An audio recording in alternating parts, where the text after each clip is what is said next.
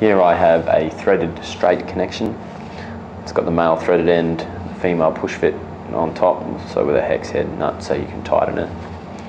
Great for using in pressure ports or control ports of valves. I'll use an example here on a 5.2 valve. So I've got the pressure port and 2 exhausts. To run the pressure in, I would simply screw my fitting in. I'd obviously tighten it up around the hex with a spanner, and then insert the tube. All you do is push in. That is now sealed.